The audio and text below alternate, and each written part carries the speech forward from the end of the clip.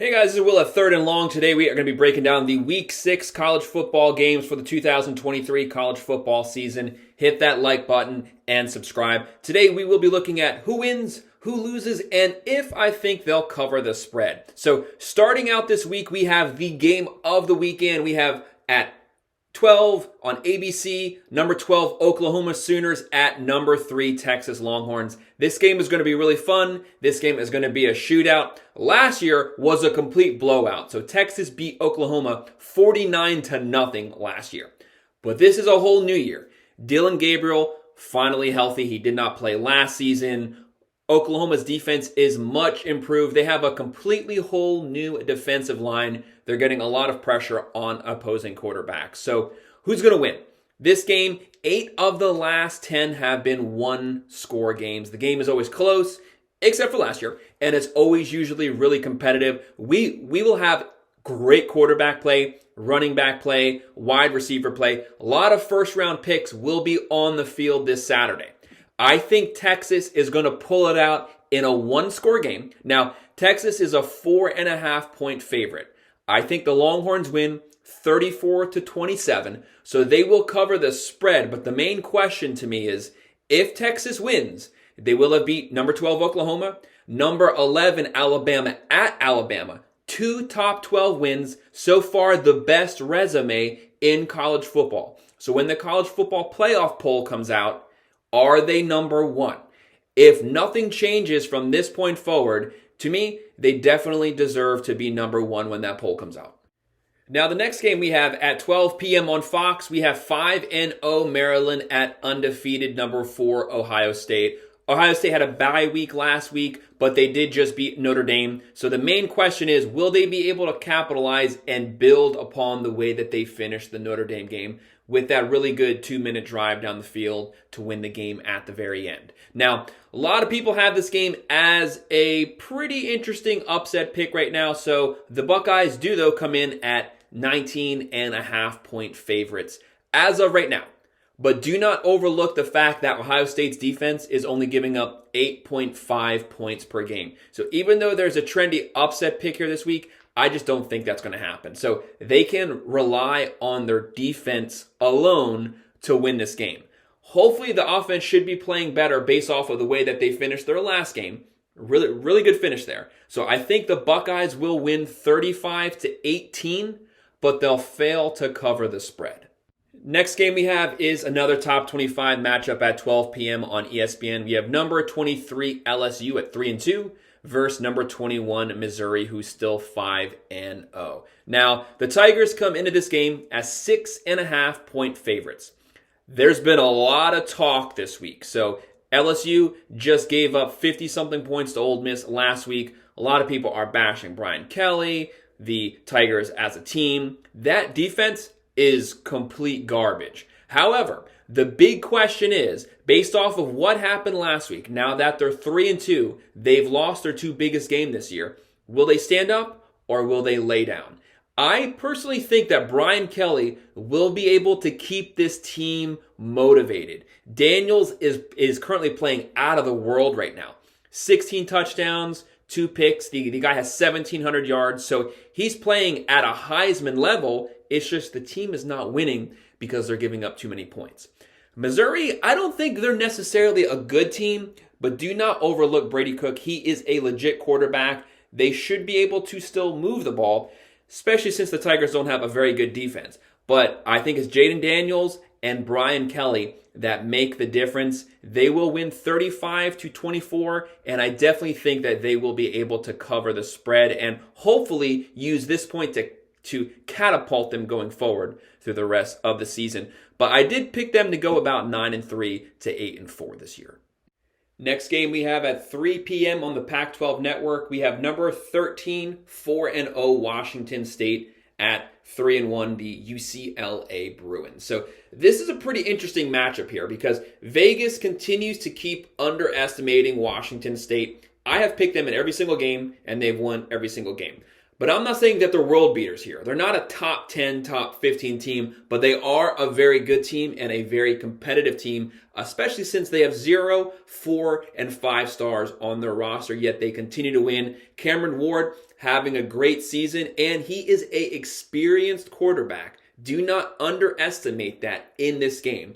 Why do I say that? Because the Bruins are rolling out a true 5-star freshman, Dante Moore, who is playing great, but he's still a freshman. There's a lot of learning to be done there. So I think it's the fact that Washington State showed when they beat Oregon State, they can win in a shootout and they do not panic. I think that's why they will win this game, but it will be close.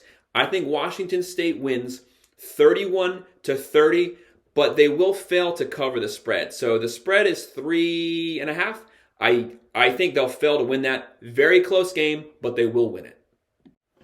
Next game we have is at 3:30 p.m. on ABC. We have 2-3 Virginia Tech at number 5 Florida State, who's 4-0.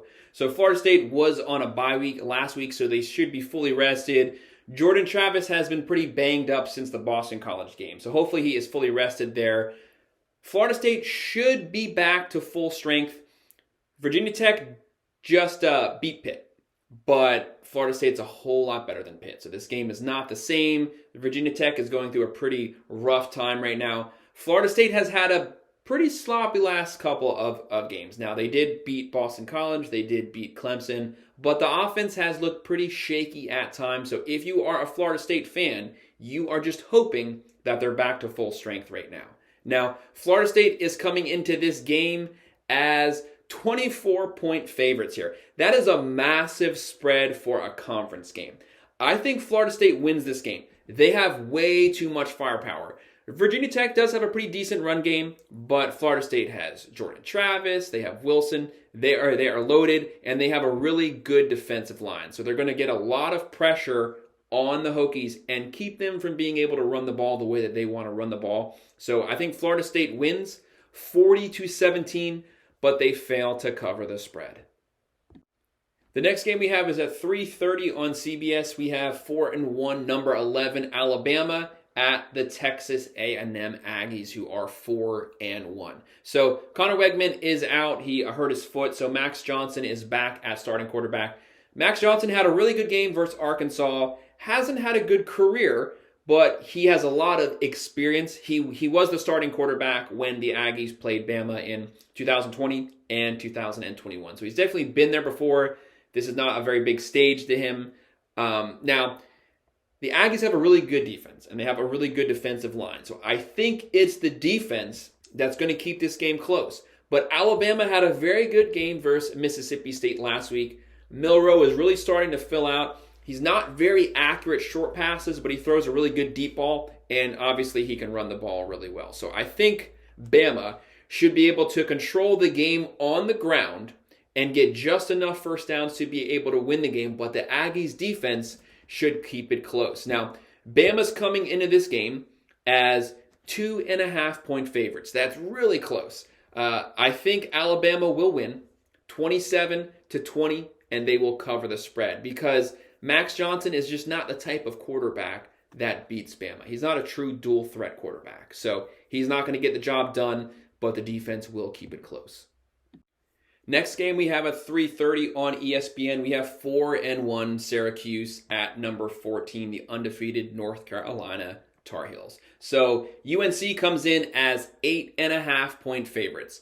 This is one of those games to me where I can see it going either way. So Syracuse has a pretty decent offense. They have a decent defense so far at this point of the year, but they haven't really played anyone yet. So this is their first real challenge. Now, Syracuse last week, they did get their offense shut down. So Clemson shut Schrader down. He couldn't throw the ball. He couldn't run the ball. Now, obviously, Clemson's defensive line is way better than the Tar Heels, so that's not even close. But I think Drake May, who's having a really bad year under Philip Lindsay, he's not having it like he had under Phil Longo, but nonetheless, he's still Drake May. They just don't game plan the game to his strengths. Both teams run the ball really well. But I think what's going to make the difference here is Drake May. Drake May, if this game is close in the fourth quarter, he will be the guy to take over. He will lead the Tar Heels to the win. So UNC 8.5-point favorites, but I think they win 34-24. They completely control the fourth quarter, and they cover the spread also. Next game we have at 7 p.m. on ESPN. We have the freshly appointed top 25 team, Kentucky, at 5-0, who is going to be at number 1 Georgia, who's 5-0. Georgia comes into this game as 14.5-point favorites.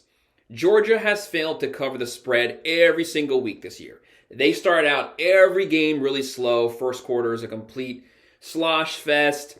They're usually tied or down at halftime, and then they come out the gate second half and control the game.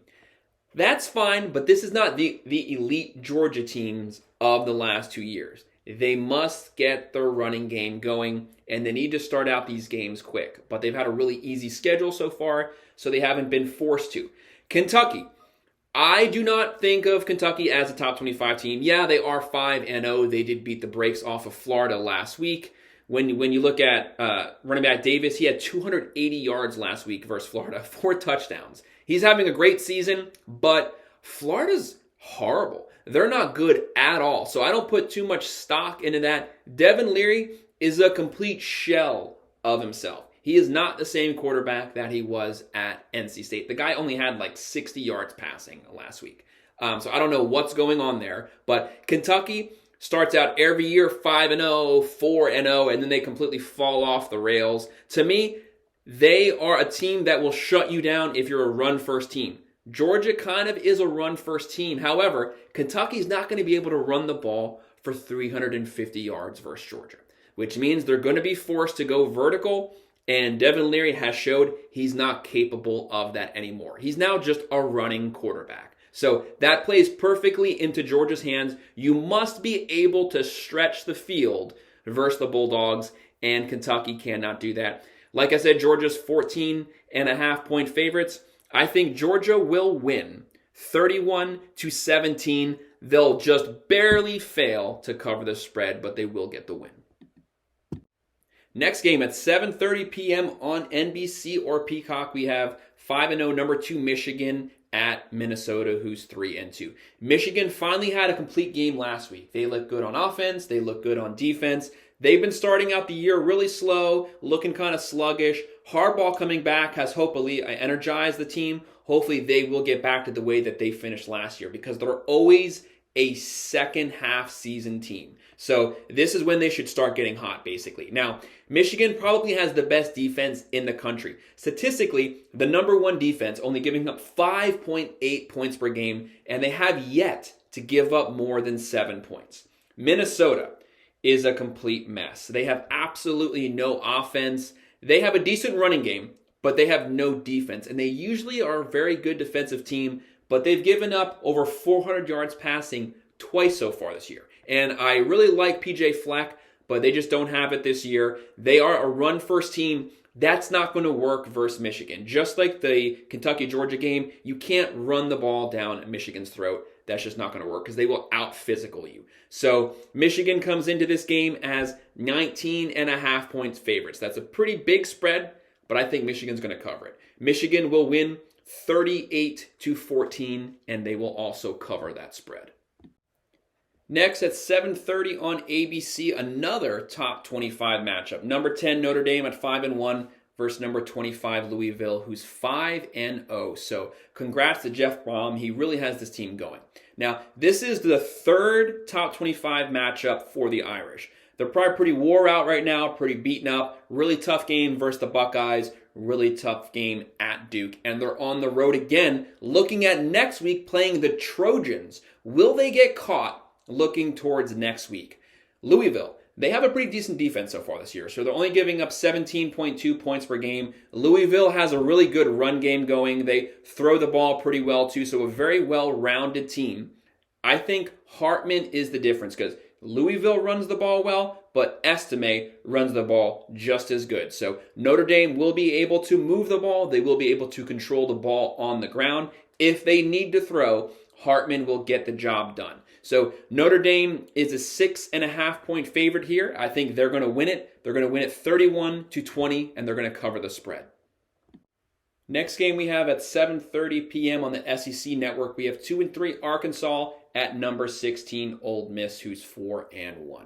So Arkansas just lost to the Aggies, but both teams have really experienced quarterbacks that have started multiple seasons. Ole Miss Kiffin just got a signature win. They just beat the brakes off of LSU. But what I'm worried about is, did they lay it all on the line last week? Did they give everything they have last week, and now they have nothing left?